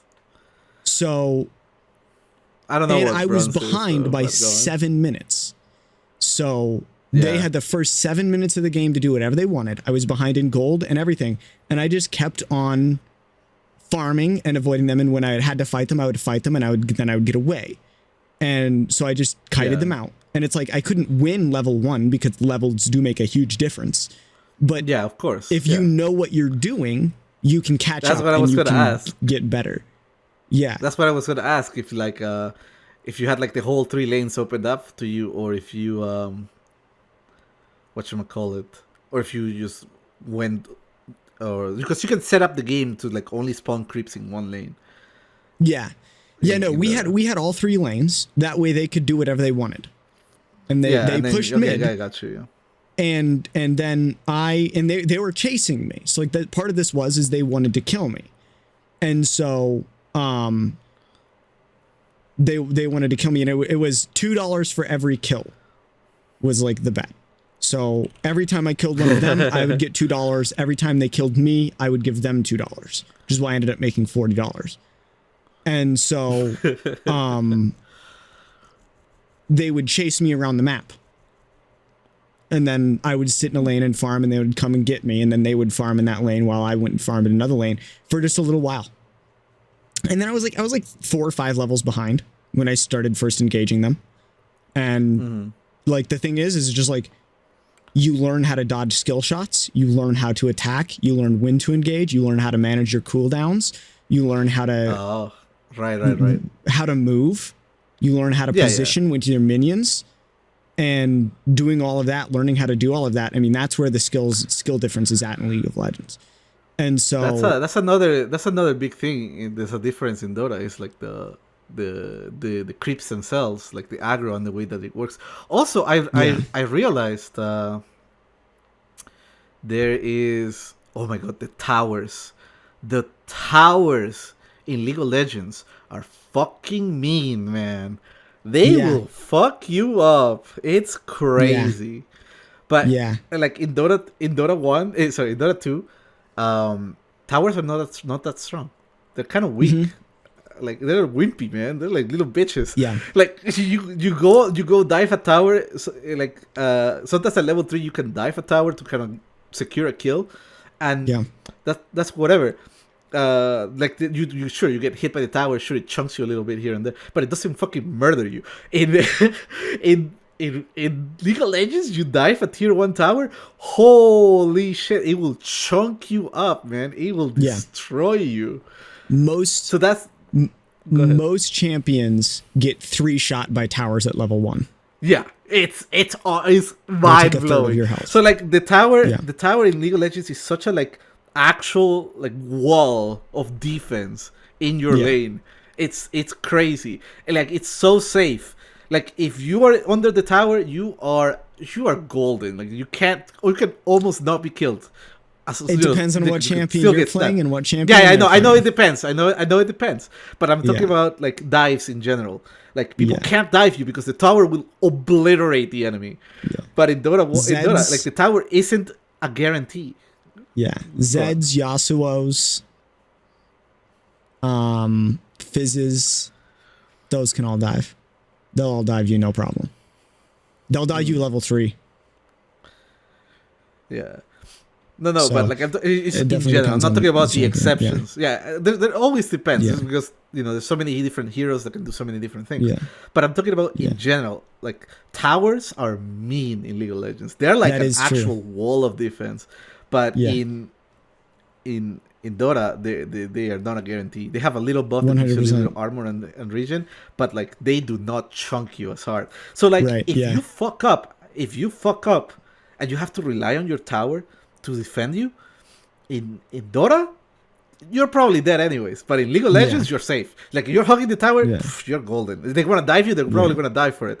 But like in Dota 1, no man, you're at 20% health, you're running to the tower, like they will dive you level 1, level 2. They don't care, man. They will, because they know that the tower won't kill them as fast. So like, oh my god, that's the other thing that triggered me so much. Is like I was playing League and I'm like, oh, the enemy's low, but they're on their towers. Sure, I can make this dive. No, I could not make that dive, man. Yeah, I got shot by the tower. Learning how to dive is a whole other skill set in League of Legends. Learning how to dive is a whole other skill set in League of Legends. And a lot of champions have to wait for it. I usually dive as Bard at a certain point.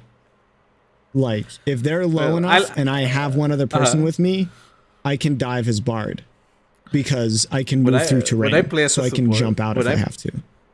When I play as a support, Oh my god, I go ham, man. I always dive. I go fucking deep. Is there much CC? Because when I played Dota 2, I felt like there wasn't nearly as many like hard CCs. So stuns, roots, silences, stuff like that. Depends on the meta. Depends a lot about, because so when it comes to disabling, it has to do a lot about the draft. Like, depends on what the meta is like. So if the meta is all about like illusion heroes, for example, or like what is known as 4 Protect 1. I don't know if that's in League of Legends. So 4 Protect 1 is when 4 Protect 1 is when there's basically you put all your eggs in one hero, and that one hero is going to have all the net worth, all the damage, all the tower push, everything. So when the meta is kind of like that, disables are very important, because, you know, disabling the one enemy carry that actually does everything is very important. But when it's not like that, when it's more about like the mid game, when it's more about tower push, when it's more about taking the towers as soon as possible and taking over certain areas of the map, disable comes into play, obviously, because a stun is a fucking stun. It's always good. But sometimes supports and heroes will pick more like saves, or more tower push, or more like things that aren't necessarily stuns, or things that let your carry scale faster, you know? Yeah. I might like Dota too. I don't know. I like that League of Legends forces you to either play super safe or play super aggressive. You can't choose one or the other, or kind of play in the middle ground. So something that I spoke about, that I mentioned too when it comes to Dota, is that compared to League, it's like League has all these rules and a defined meta and a defined set of roles. Have, you know, a jungler, a mid, an ADC, a support, and a offlaner, or whatever the fuck you call it. Yeah. But Dota 2 has so many different mechanics and so much going to it, and so many different heroes with so many crazy fucking bullshit that you can do, that anything can work. Anything can work. Right. You want to grab a hero that's mostly a support, has support abilities, and you want to be a mid laner, you can do it. You want to grab a hero that is technically a carry, but you want to play as a support, you can do it. You can make it work. And the reason being lies in the items. The items in Dota 2 because they have actives, right? So items in League of Legends, for the most part, they're just passive. They give you a stat bonus or a crit or whatever the fuck. That's definitely changing too, by the way. Yeah, I know that it's changing, but it's not quite there just yet. In Dota 2, and it's always been like that. Items do a whole lot of things. So if you have a hero that has a blatant weakness, you can overcome that weakness by buying the correct items. So even if, of course, there's a meta to it. There's heroes that are good at being carries. There's heroes that are good at being mid laners, etc., etc.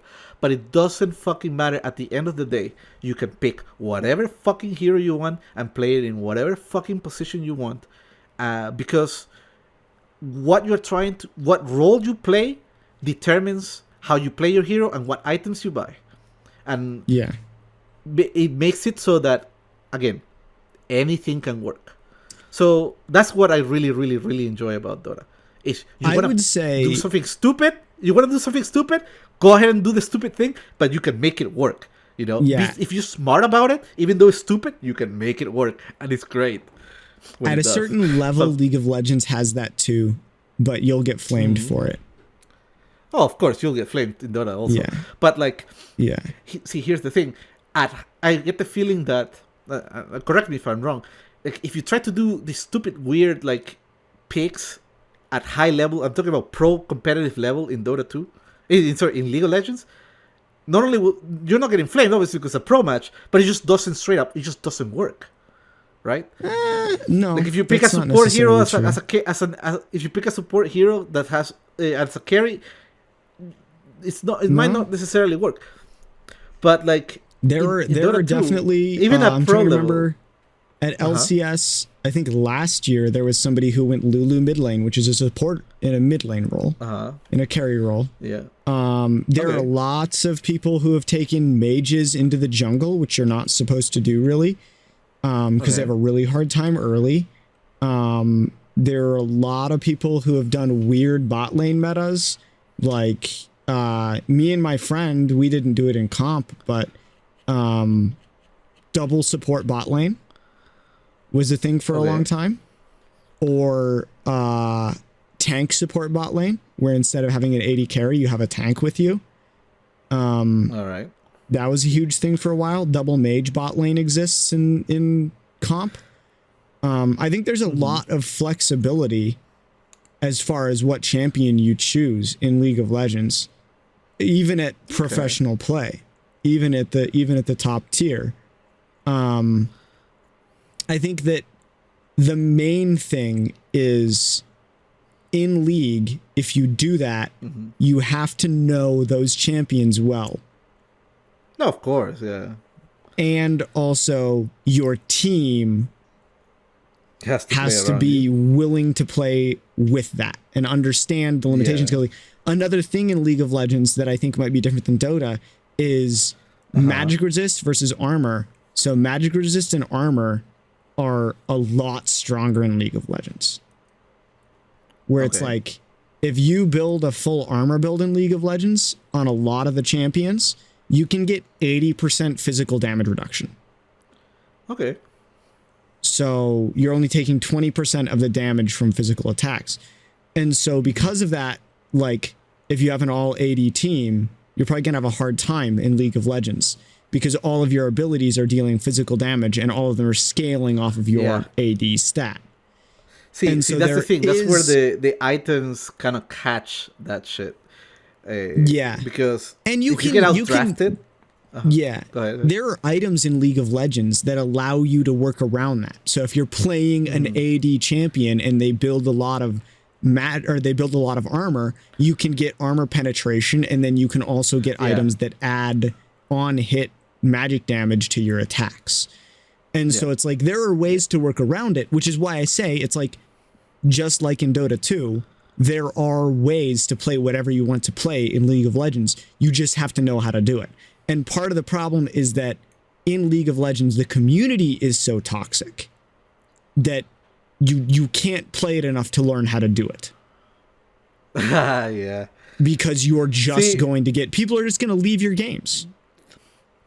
And that's the problem. The problem isn't that it's not viable. The problem is that your allies either feed or leave because they're obsessed with the meta. And that's the problem. The problem isn't really in the game mechanics there. The problem is definitely in the League of Legends community.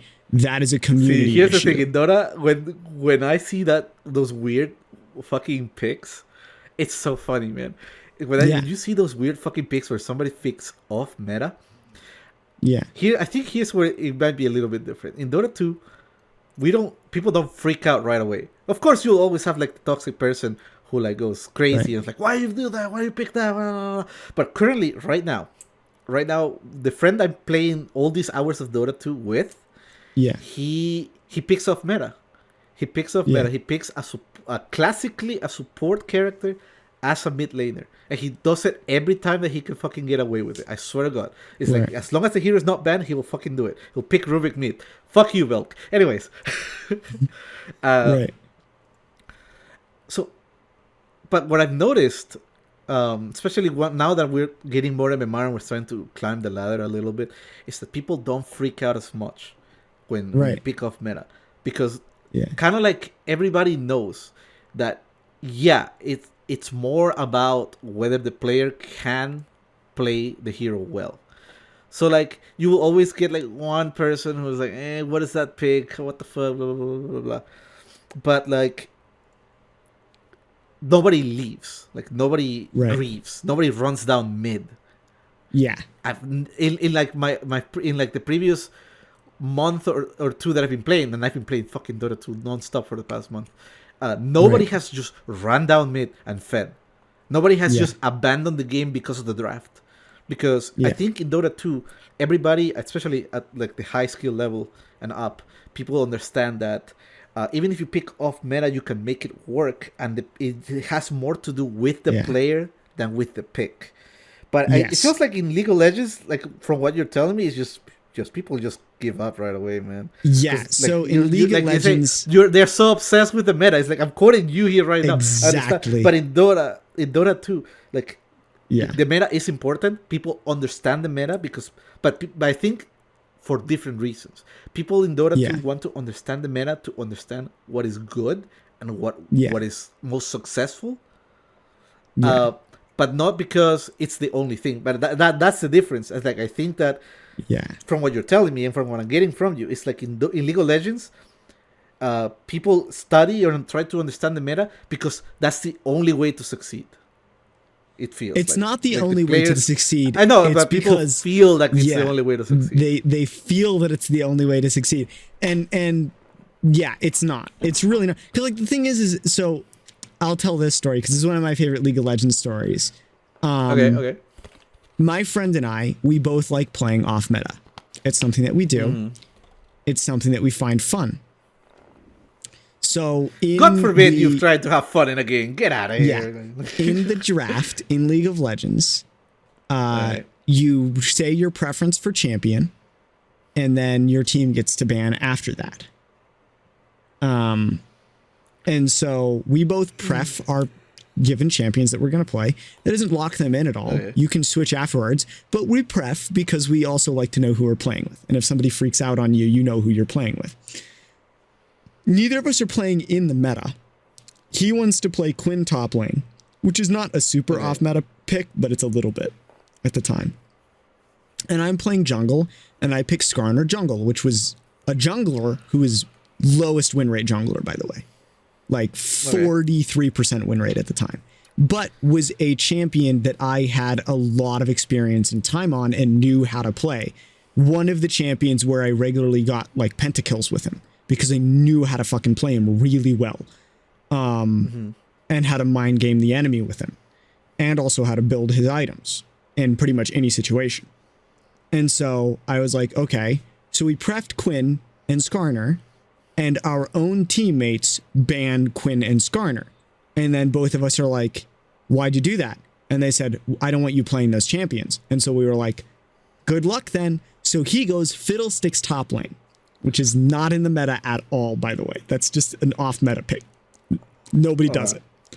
And I go Bard jungle, which is a support. Nobody does it. Doesn't work. Okay. The only reason we lost this game. So first of all, our mid laner feeds immediately and dies like 5 times to the enemy mid laner. But you know what me and my friend do? We're like, all right, we're going to make this enemy mid laner's life miserable. We're in comms together, of course, right? So we're like, I'm like at about the 3-minute mark, I have double buffs and I'm ready to go. And I'm like, let's gank mid. He's already died 4 times mid. He's AFK in Fountain right now. Let's go kill the enemy mid laner and put him behind again. So we do that. We go gank mid. He hadn't warded because it's way too early for a normal gank, right? We kill him, right? And he gets an alt chat and he's like, you know what? Fair. And he's having a good time. So then my friend goes back top lane. I gank top lane, get him a kill. I go bot lane, get bot lane a double kill. I'm just cruising. The enemy has no idea what to do with me because I'm playing Bard in the jungle, and they have no idea what my route is. They have no idea where I'm at on the map because I can move so fast, as well as I can move through terrain, which makes ganking crazy, which is why it's viable if you know what you're doing. And so we're actually gaining a lead in spite of our mid laner being a dickhead. So our mid laner is finally like kind of gets into the game a little bit and is starting to play the game, right? And then he gets an all chat and he's like, report our top in jungle. And the enemy was like, why? And he was like, for their picks, we're going to lose this game because we don't have enough late game damage. And me and my buddy were like, definitely not because the mid laner is AFK. Yeah, definitely not because, and me, yeah, I'm pretty sure my friend, or actually it's probably I'm more the toxic one. My friend's less toxic. I'm the more toxic one of the two of us. So I go, yeah, we're not going to lose because you died 4 times at level 1 to your mid laner. That's not why we're going to lose. We're going to lose because I'm playing a champion I know how to play, and my top laner's playing a champion he knows how to play, right? And so he gets all huffy and he's cussing us out, and this is like mid game, right?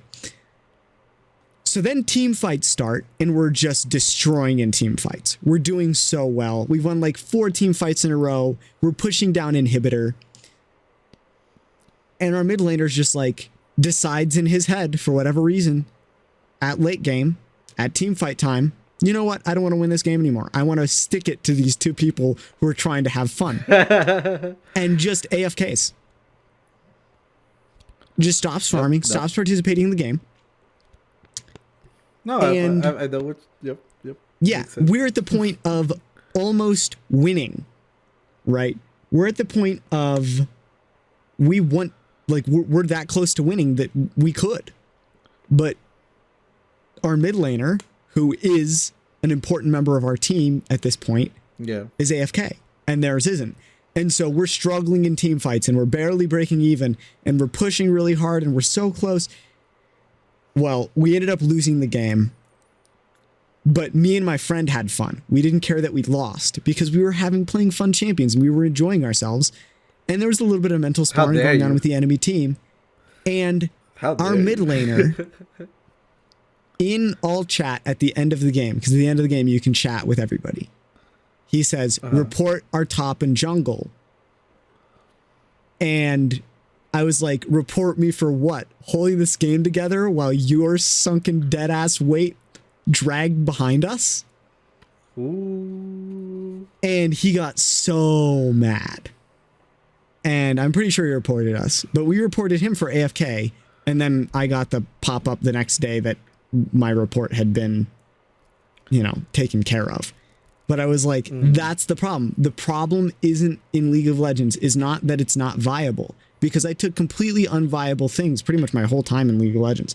I played an entire season where I played exclusively Soraka jungle. I played exclusively Soraka jungle because my ex was not a great person. Okay. And let's reel it back because not everybody. I wanted to avoid playing with her. But yeah, basically I played off meta because my significant other at the time was also obsessed with the meta. And I played off meta because she wouldn't play with me when I played off meta, and I didn't want to play games with her because she treated me really toxically when we were playing games together. That is toxic. That is a real toxic. Yeah. Report the significant other. Report this girlfriend, man. Yeah. Anyways, and so it's like it's a community problem in League of Legends. It is. Not a mechanics problem. Anything can work in League of Legends if you know what you're doing. And if you know how to play it, but people won't let you. And we're running a little bit down on time, so we're gonna wrap things up here in a second. But the big lesson here that I guess we're both kind of trying to send here is that, listen, you're playing a MOBA. I get it. MOBAs are hard. All right. You're gonna look up what to do, and they're gonna tell you, here's the meta. Here's what's successful. Try this. Got it. Yep. But at the end of the day, understand that and to make 2 points here. Point A, it's just a game. Have fun. Enjoy yourself. If you're not having fun playing meta, don't play meta. Play something else. Exactly. Because we have a limited amount of fucking time in our lives, whether it's, because of work or whatever else. Just enjoy yourself, number 1. Point 2, and I don't want to say the most important one, but the one that I want to emphasize the most, is when it comes down to meta in these games, understand that unless you are at the very top 0.1% of the player base in terms of skill, the meta does not fucking matter to you. Because literally, with MMR and ranking systems are made this way. Like, the average player is sitting at the middle, and the average player is the majority. Large majority. So a large majority of the player base, guess what? The meta doesn't fucking matter. Because those players are not fucking good enough at the game for the meta to matter and determine the outcomes of their games. Simple. So stop fucking worrying about the meta. Just play your game, and that's it. Have fun, rule 1, and 2, just play your hero, man. Just play your fucking hero, man. Don't worry about the meta. Don't say meta this, meta that. Oh, that's off pick. Who fucking cares? Because 99 out of 100 times, the games that are being played are at such low skill level that the meta does not fucking matter. And that's the point I wanted to make. Anyways. 100%. And I'll add on to that, which is if you really want to get better at a game, play off the meta and learn how to win that way. Learn how to win when you're not playing what's strongest. It'll make you a better gamer. It'll make you better at the games. Literally, like I said, it will force you to learn things that you wouldn't learn if you were to play meta. I quickly became better than most of my friends at League of Legends. Not because I was some kind of amazing person, not because I put more time into it, but because I played the stupidest shit I could put my mind to. And the reason why I did so is because I found that enjoyable. And I was having a great time, and winning didn't matter to me. And the irony is that I quickly got better than all of my friends at it because I wasn't playing what I was supposed to be playing. So I had to be better skilled than everybody else in the game if I wanted to make a dent. So play off meta. You want to be good at a game? Stop playing it the way it's supposed to be played. Play it differently for a little while. Stupid way. Go full monkey. Exactly. And you'll get better at the game. Reject humanity, go monkey. Return to monkey. Forget about winning. Forget about winning and play the game to have fun. You'll get better at the game. Especially if you play off meta. If you play off meta, it'll make you better at the game because you'll learn mechanics that you didn't even know existed. And you'll also learn how to play with your teammates when you're angry at them. And you'll also learn how to play when you already have a disadvantage, which I think is why I can come back from being behind. Yeah. Is because knowing how to play from behind. Yeah, knowing how to play from behind is an important skill for sure. Yeah. Anyways, so I think that's going to be it for our time. We are at 2 hours now. Yeah. So Tuli, you want to tell us where people could find you? Mm-hmm. You can find the Chatting in the Void podcast wherever podcasts are found. Please go follow me at Cthulhu Tilly on Twitch, Instagram. You can follow me there to communicate with me, send me direct messages, those places if you are interested in anything that we're doing, want advice or anything like that. And of course, you can follow Holic here. Please do. Really important to the channel that you follow him here. And please go subscribe to our YouTube channel. Go ahead and look up on YouTube Chatting in the Void. It is the first hit. I even tested it in like incognito browsers and stuff like that. Our SEO is pretty solid right now if you get the name exactly right. There aren't any competing channels at this time. Please go ahead and go subscribe there and watch us there. Go. Exactly. Monopoly up in this bitch. We're exactly. We're golden. We're sad. Capitalism. Yeah. Let's go. Hell yeah. All right, man. It was a pleasure having this Same. episode with you. Fun times. Absolutely. We'll see you in 2 weeks. Hopefully see you in 2 pass weeks. your test. No problem. We'll know next week or in 2 weeks. I mean, we'll know. We'll know in 2 weeks. I'm going to study.